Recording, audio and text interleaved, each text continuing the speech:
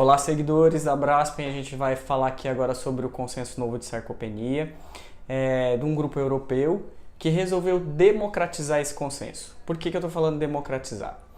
A ideia desse consenso foi, de uma maneira, então, simplificar as intervenções, até mesmo o diagnóstico. Então, o que ficou resolvido e consensuado, então, através dessa publicação?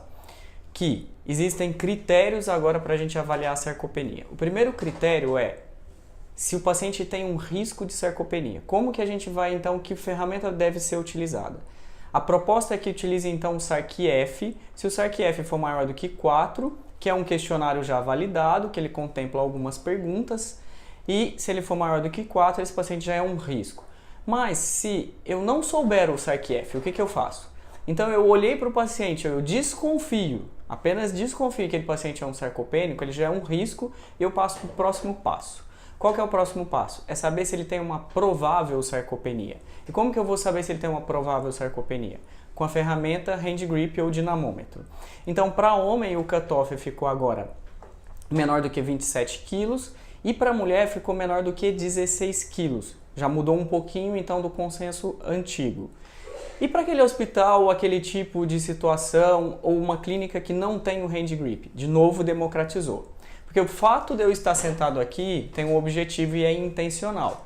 Se esse paciente, então, demorar mais do que 15 segundos, então, para se levantar, esse paciente também tem uma provável sarcopenia e por isso a gente também chama essa ferramenta como algo mais democrático o suficiente para classificá-lo em uma provável sarcopenia.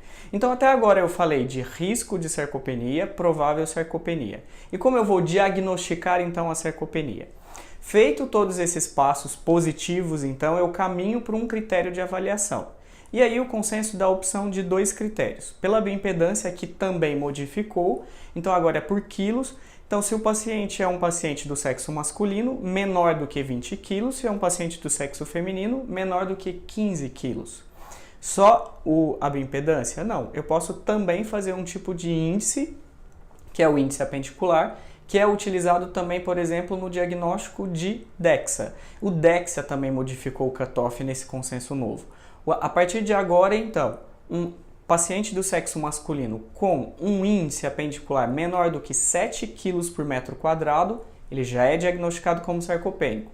E para a mulher, menor do que 6 kg por metro quadrado, ela também já é diagnosticada como sarcopênica.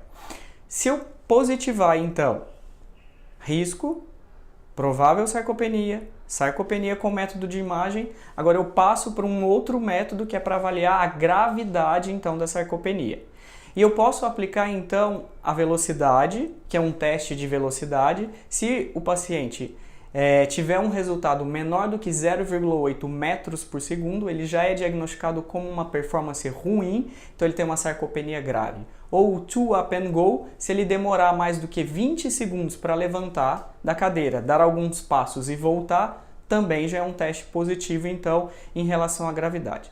Por que a gente está chamando isso de democratização? Porque antes eu precisava, num primeiro passo, saber através de uma imagem DEXA, que poucos hospitais têm, ou uma bioimpedância que poucos hospitais têm, para ter uma intervenção. Agora não.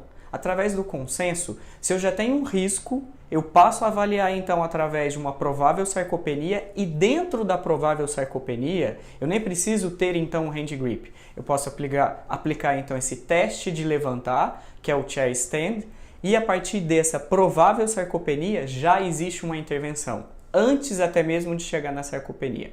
Então, qual que foi a ideia desse consenso? Ter uma conduta muito mais proativa do que reativa.